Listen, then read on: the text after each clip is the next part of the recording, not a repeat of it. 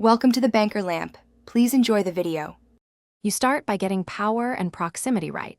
Charge the Jabra earbuds and make sure the case shows a steady LED. Once charged, press and hold the power button for about 2 to 3 seconds until you hear the startup tone or see the LED flash. Make sure your phone's Bluetooth is on and within 1 to 2 meters.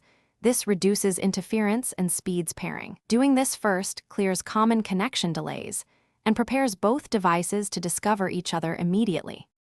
Once both devices are ready, put the earbuds into pairing mode by holding the designated button for 5 to 7 seconds until the LED alternates or a voice says pairing. Then, on your phone, open Bluetooth settings and pick the Jabra entry from the devices list. Accept any pairing prompts.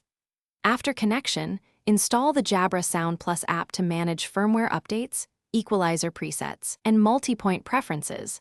This matters because firmware fixes performance and the app exposes advanced controls you can't access via Bluetooth menus. You finish by mastering daily use. Practice the touch or button gestures for play, skip, calls, and voice assistant so they become second nature.